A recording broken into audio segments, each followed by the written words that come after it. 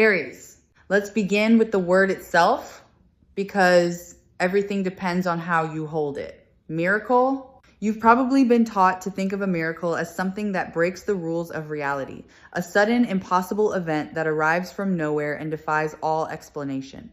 But that's not quite what a miracle is, and it's certainly not what I sense approaching you. A miracle, in the truest sense, is the arrival of something you had quietly stopped believing was possible for you specifically. It doesn't have to break the laws of the world. It only has to break the private law you'd written in your own heart, the one that said this kind of love happens for others, but somehow never quite reaches you. That law is the thing about to be broken. So consider what it means to expect such a thing, because expectation is trickier than it sounds. To expect a miracle is not to stand with your arms crossed, demanding proof, testing every sign for authenticity. Nor is it to clench your fists around a specific outcome and refuse to breathe until it arrives exactly as you pictured. To expect a miracle in the way that actually invites one is to live in a state of soft readiness, to keep a light on in the window, to leave a door unlocked, to move through your days with the quiet assumption that something good is making its way toward you. That posture, that open and unhurried expectancy, is itself part of what draws the miracle near. Now let me start taking apart the heart of what you've been told. This promise that someone is going to love you more than anyone else ever has. Because the first thing to do with that phrase is to strip away the shallow reading of it, the one your mind might jump to. Being loved more doesn't mean being loved louder. It isn't about grander gestures or more dramatic declarations or a bigger show of feeling. Those things can be present, but they aren't the substance. Plenty of people have been loved loudly and shallowly, showered with performance while starving for something real. The more that's coming to you is a different kind of more entirely, and I want to spend our time together unfolding exactly what it consists of.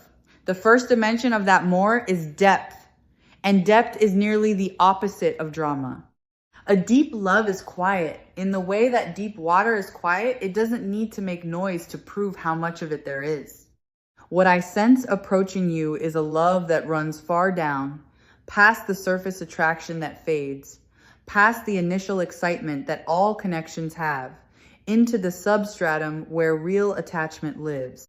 This is the kind of love that doesn't evaporate when the novelty wears off, because it was never built on novelty in the first place. It was built on something sturdier, and sturdy things don't drain away. You're going to be loved at a depth that previous loves never reached, and depth is the first meaning of more. Notice how the words and the actions line up, because that alignment is one of the surest marks of the real thing. So much confusion in love grows in the gap between what someone says and what they do. Sweet words unbacked by behavior, promises that quietly dissolve, a warmth in speech that never shows up in reality. This person will be different. What they say and what they do will match, so that you're never left trying to work out which one to believe. The piece of that consistency is hard to overstate. You'll be able to simply trust what you're told because it will be confirmed again and again by what's actually done. And a love you can take at its word is a love you can finally rest your full weight against. The second dimension is constancy. And this one may matter to you most of all if you've known love that ran hot and cold. So many people have been loved in bursts, flooded with affection one moment and left in confusing silence the next, made to feel adored and then abandoned in an exhausting cycle that keeps the heart perpetually off balance. That is not what approaches you. The love I sense is steady, the kind that shows up the same way on the ordinary days as on the special ones, that doesn't withdraw the moment things get complicated. To be loved more, in this sense, is to be loved consistently, to finally be able to relax because you're not bracing for the affection to be suddenly yanked away. Constancy is a form of more that the anxious heart recognizes instantly as the thing it always wanted. I want to name the relief of a particular question finally answered because I sense you've carried an anxious one through past connections. Do they really want me? That constant low uncertainty, that need for reassurance that never quite settled, that background hum of insecurity about where you stood, it's exhausting, and it quietly robs love of its peace. What approaches you puts that question to rest for good. This person's steadiness and plainness will leave you in no real doubt about being wanted. And when a question like that stops needing to be asked, an enormous amount of energy is freed. Energy that was going into anxious monitoring can finally go into simply enjoying the thing. You get to stop auditing the love and start living inside it. The third dimension is being truly seen. And this is where the more than anyone else becomes almost startling. This person is going to perceive things about you that others walked right past. The particular way your mind works. The specific tenderness you hide under whatever face you show the world. The dreams you've half abandoned. The parts of yourself you've stopped showing because no one seemed to notice them anyway. What I sense is someone with the attention and the care to actually see you, not a convenient version of you, not a simplified sketch, but the real and complicated whole. And there is no love more nourishing than the love of someone who sees you accurately and stays. To be seen like that is to be loved more, because most people are only ever loved for the parts of themselves they let show. Let me name the openness this person brings, because emotional availability is far rarer than it ought to be. Many people love with a closed door, withholding their inner world, letting you only so far in before the guard comes back up. This person, I sense, is willing to be genuinely open with you, to share what they feel, to let you into the private rooms of who they are, to be vulnerable rather than defended. There's an intimacy in that mutual openness that surface connections never reach. The intimacy of two people who have each decided independently to stop hiding and who finally get to meet each other without armor. You won't have to guess at this person's heart or decode their silences. They'll let themselves be known, which is its own quiet form of devotion. The fourth dimension of that greater love is acceptance. And here I mean something specific. There are places in you that previous loves flinched away from, a difficulty, a wound, a complexity, a part of your history or your nature that made others pull back or ask you to be different. This person is going to love you in exactly those places. Not despite them in that grudging way people mean when they say they'll tolerate your flaws, but with a genuine acceptance that doesn't require you to hide or shrink. To be loved more is to be loved in the very spots where you've been loved less. To find that the things you feared made you unlovable are met instead with warmth. That experience can be almost disorienting the first time. And it's one of the truest signs of the real thing. There's an encouraging quality to this love that will lift you in ways you might not anticipate. This person will believe in you sometimes, in your lower moments, more than you manage to believe in yourself. They'll speak well of your potential, champion the dreams you've been half afraid to say out loud, stand behind your becoming instead of quietly doubting it. This is one of the underrated gifts of a great love. It doesn't only feel good in the moment, it actually helps you grow, because being genuinely believed in is among the most powerful forces for growth a person can encounter. Part of who you become in the coming season, you'll become on the strength of someone's steady faith in you, a faith that sees what you're capable of, even on the days you can't quite see it yourself.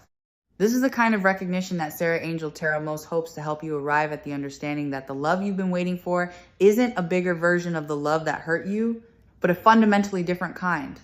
One that meets you where the others couldn't reach. Because so often we imagine that what we want is simply more of what we've already had, when what we actually need is something of a completely different quality. And the reading I'm sensing for you points not toward a louder echo of the past, but toward a genuine departure from it. The fifth dimension is prioritization, and this one heals a very specific wound. Many people have known the particular ache of being someone's afterthought, of being fit into the leftover spaces of another person's life, squeezed in around everything they considered more important, never quite made central. What approaches you is the opposite of that. This person is going to place you near the center of things, to arrange their life in a way that has room for you at its heart rather than at its edges. To be loved more is to be prioritized, to finally be someone's genuine priority rather than their convenience.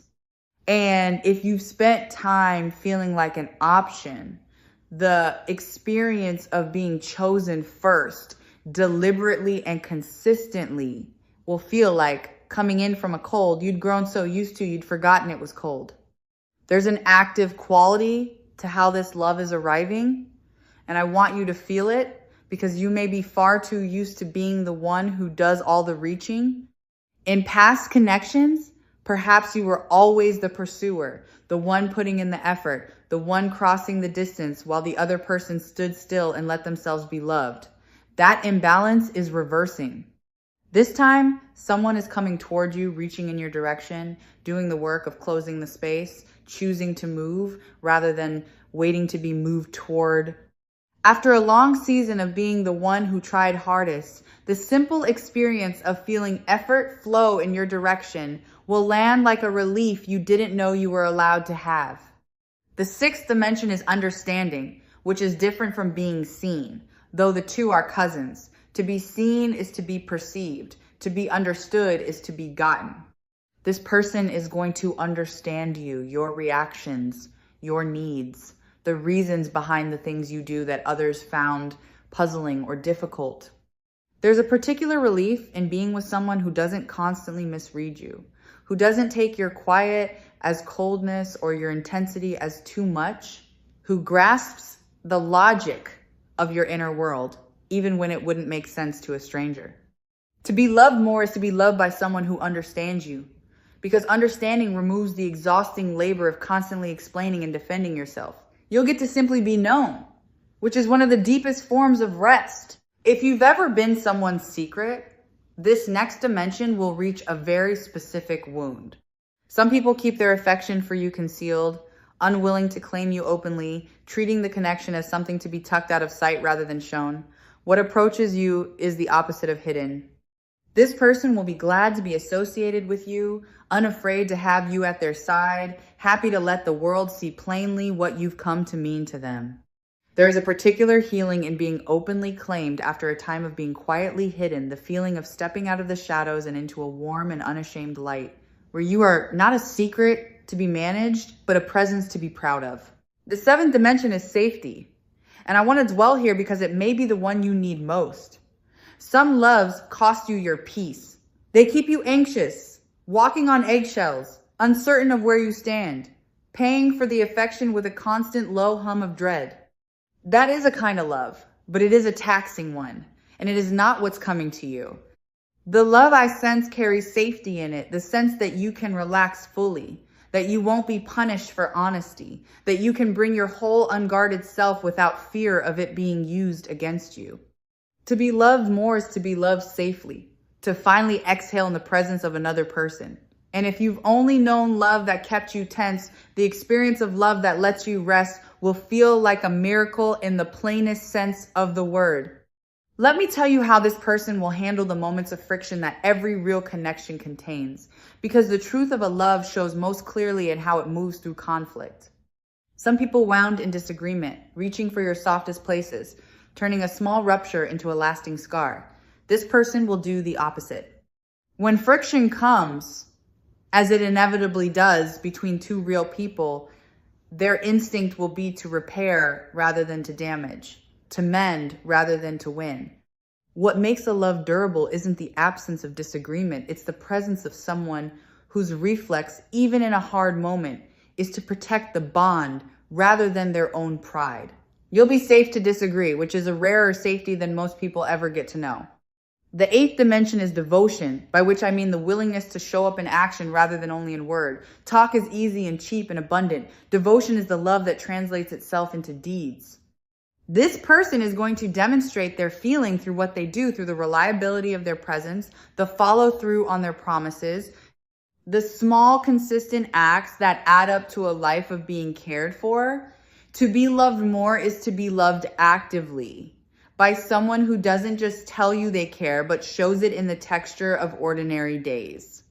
And there is something deeply reassuring about a love you can lean your weight against. One that holds because it's built of action and not merely of sentiment. Watch for the small things, because this is where a great love actually lives.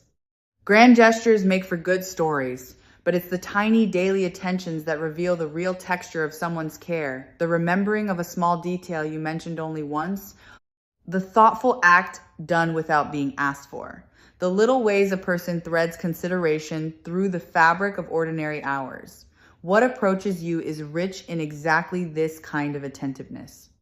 And you may find that it's these quiet, unremarkable acts of thoughtfulness gathered up over time that make you feel most deeply cherished, even more than the occasional sweeping gesture, because they prove that you're being thought of, not just in the big moments, but in the countless small ones too. The ninth dimension is delight, and this one is pure sweetness. There's a difference between being tolerated and being enjoyed, between someone putting up with you and someone actually taking pleasure in your company. What I sense approaching is a love that delights in you, that finds you a joy to be around, that lights up at your presence, that considers time with you a gift rather than an obligation. To be loved more is to be a source of happiness to someone, to watch their face brighten when you walk into a room. If you've ever felt like a burden, like something others endured rather than relished, this dimension will land especially deep. You're going to be enjoyed, delighted in, treasured for the simple fact of being yourself. There's a dimension of loyalty in what approaches you that deserves its own light, especially if you've ever known the particular ache of a divided heart. Some people love you while keeping one eye elsewhere, hedging, never quite committing their whole attention to you. What I sense is single-hearted, a love that points fully in your direction, without a wandering gaze, without you having to compete for a place you should never have had to compete for. There is a deep and specific peace in that kind of undivided focus. The peace of no longer wondering whether you're truly the one or merely one of several. You are the one, wholly and without rival, and you'll feel the difference the way you feel solid ground after a long stretch on shifting sand. Now let me turn the deconstruction in a direction you might not expect, because the miracle isn't only about what this person will do. It's also about what's happening in you. Part of what makes this love possible is that your own capacity to receive it has been expanding. It's a strange truth that many people can't actually take in the love that's offered to them. They deflect it, distrust it, sabotage it, because some old part of them doesn't believe they deserve it. And so love that arrives finds no place to land. But I sense that in you, the ground is being prepared. You're becoming more able to believe in your own lovability, which means that when this love comes, you'll be able to actually receive it rather than push it away. The miracle is partly the love arriving and partly you being finally ready to hold it.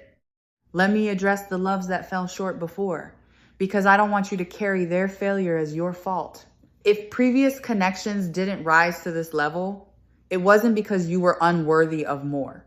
Often it was simply that those people lacked the capacity to love at the depth you needed. They were at a different stage, carrying their own limitations, unable to give what wasn't yet in them to give. Their inability to love you fully was a fact about them, not a verdict about you. This is worth sitting with, because so many people conclude from a series of disappointments that they must be the problem, when really they were just offering a depth of heart to people who couldn't match it. The match, not the merit, was what was missing. And the match is what's coming. There's a reason this person is capable of loving you at this level, and it has to do with what they've lived through. Depth of love usually comes from depth of experience. People become able to love greatly after they've suffered, lost, grown, and learned what actually matters. The person approaching you has, I sense, been shaped by their own journey into someone with the capacity for real devotion. They didn't arrive at this readiness by accident. They earned it, the way we all earn our depths, through living. And that means what they bring to you isn't the shallow love of someone untested, but the seasoned love of someone who knows from experience how rare and precious a genuine connection is.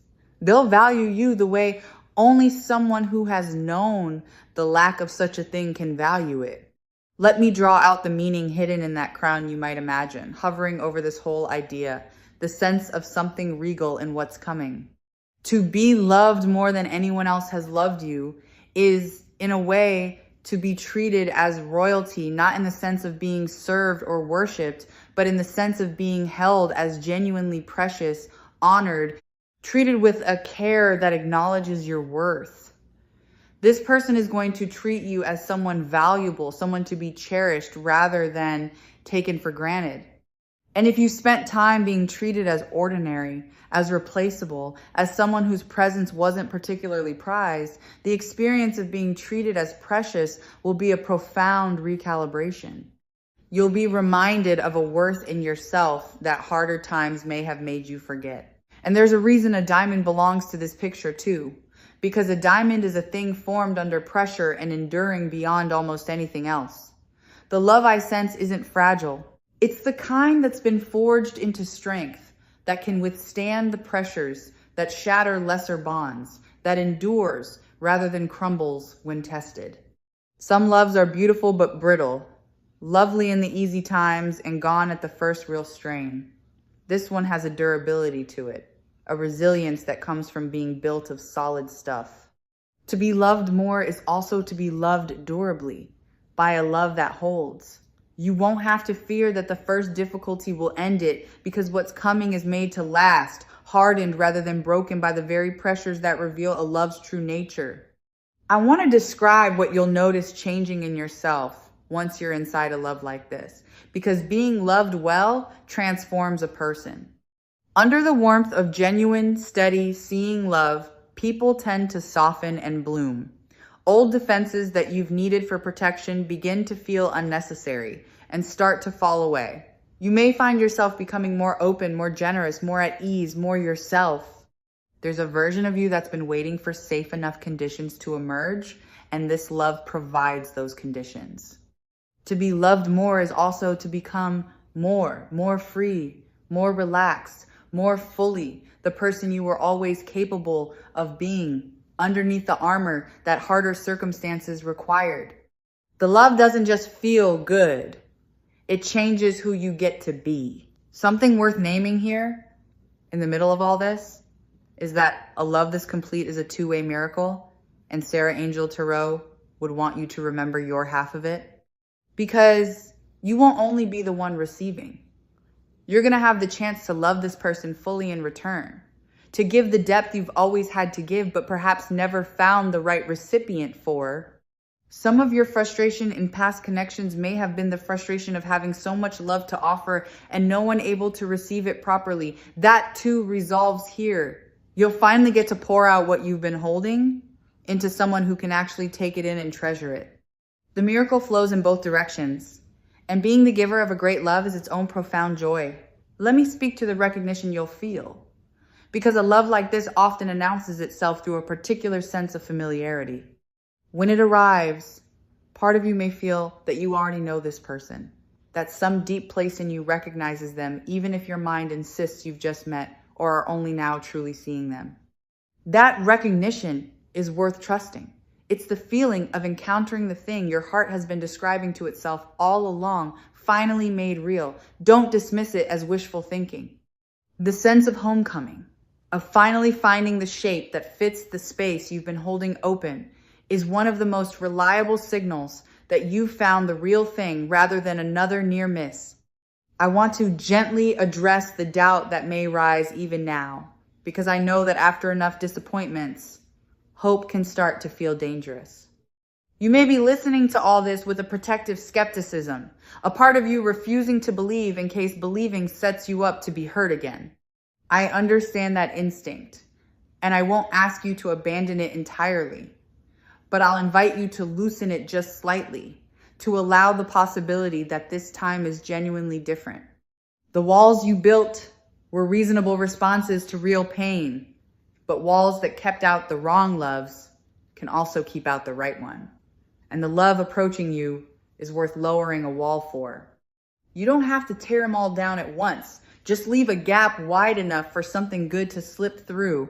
Let me name the timing quality I sense, without pointing to anything you could mark on a calendar, because the readiness matters more than the schedule. This isn't a distant, someday sort of thing. It has the feeling of something near, something that has moved from the realm of the possible into the realm of the imminent. The conditions have aligned. You've grown into readiness. This person has grown into readiness, and the space between you is thinning. What was once a far-off hope has become a close approach. So while I can't and won't hand you a specific moment, I can tell you the energy of it is present tense and warming, not cool and remote. It's the feeling of something almost here rather than something you can only long for from a distance. I want to reflect on the patience you've shown in waiting for this, because your waiting was not wasted time. Every disappointment refined your sense of what you actually want.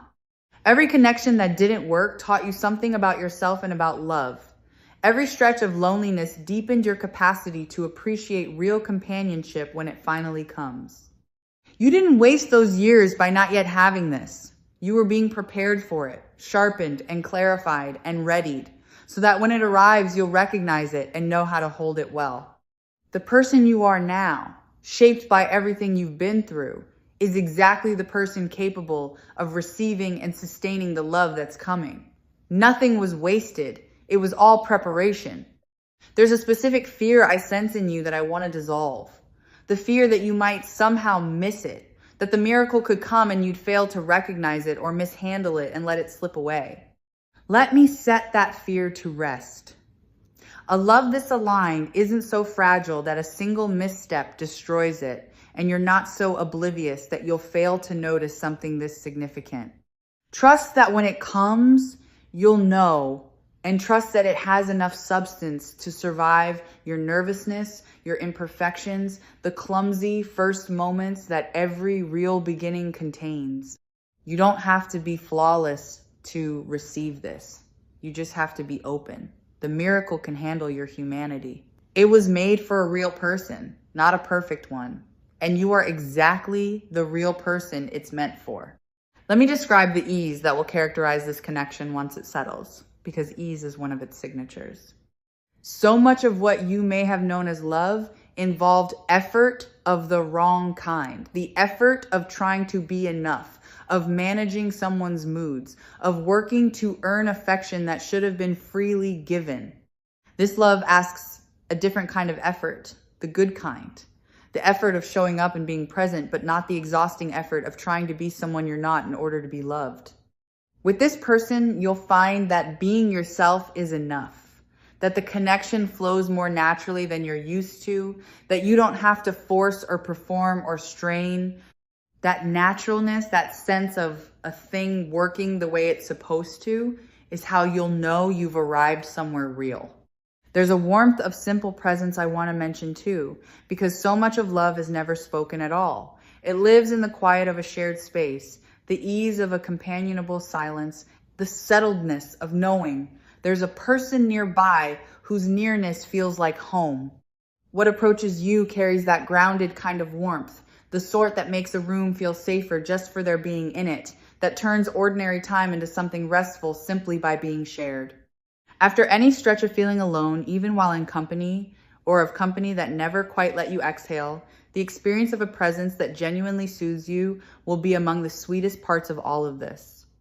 You'll notice that you feel more at home in your own life when this person is near, not because they complete you, but because their steady company makes the whole of your existence feel a little warmer and a little more held.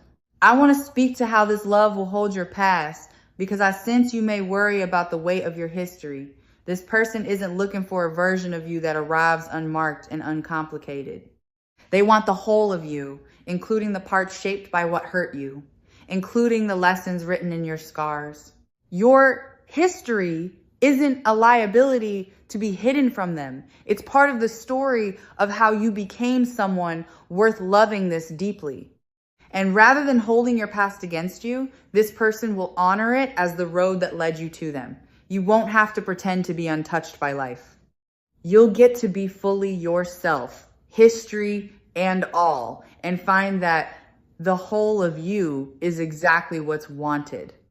Let me touch on the freedom this love will give rather than take, because possessive love masquerades as devotion, and I want you to know the difference.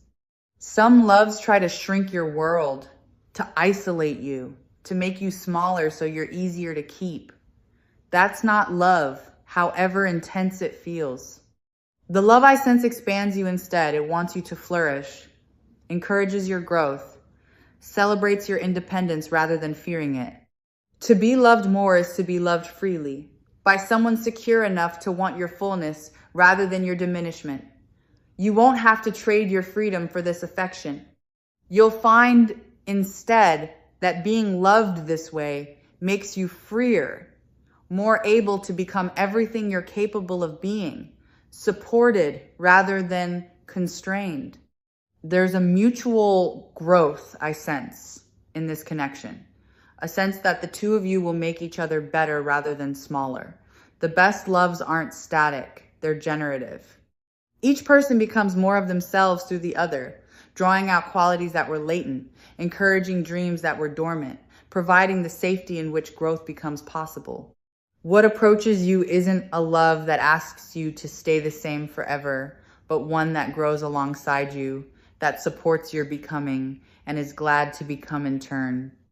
To be loved more is to be loved in a way that helps you grow by someone who grows with you. And a love that evolves is a love that lasts because it never becomes stale or confining. There's a readiness to commit in this person that will feel like solid ground after any experience of uncertainty. Some people love you while keeping the exits in view, unwilling to fully arrive, always leaving themselves a way out. This person isn't hedging. What I sense is a willingness to choose you fully and to keep on choosing you, to build towards something rather than merely enjoy a present with no intention behind it. After any time spent with someone who kept one foot out the door, the experience of being with a person who steps all the way in, both feet, without needing to be convinced, will feel like the arrival of something you can actually build a life upon. Not a fragile maybe, but a foundation. As we begin to bring our time together toward its close, let me gather what we've uncovered into a single clear shape. The miracle approaching you isn't a violation of reality. It's the arrival of a love you'd stop believing you'd find. And the more than anyone else isn't about volume or drama. It's about depth, constancy, being truly seen and understood and accepted, being prioritized and kept safe, being loved through action and delighted in, treated as precious, and held by something durable enough to last. All of these dimensions of more are converging into a single love, making its way towards you, and into a version of you finally ready to receive it. What Sarah Angel Tarot would leave in your hands, above everything else, is this quiet instruction. Expect it, in the soft and open way we spoke of at the beginning. Not with clenched demand, but with the light left burning in the window. Keep your heart a little more open than fear would prefer. Trust the recognition when it comes. Let yourself believe, even against the evidence of past disappointments, that this kind of love is genuinely meant for you and genuinely on its way. Your expectancy is not naive. It's the very thing that keeps the door open for the miracle to walk through. And so I'll leave you gently now. The way you'd place a crown you've been keeping safe onto the head of someone who forgot it was theirs all along. You have spent enough of your life being loved less than you deserved, offering more than you received, wondering whether the real thing would ever find you. That season is ending. What approaches is a love that will finally match the size of your own heart.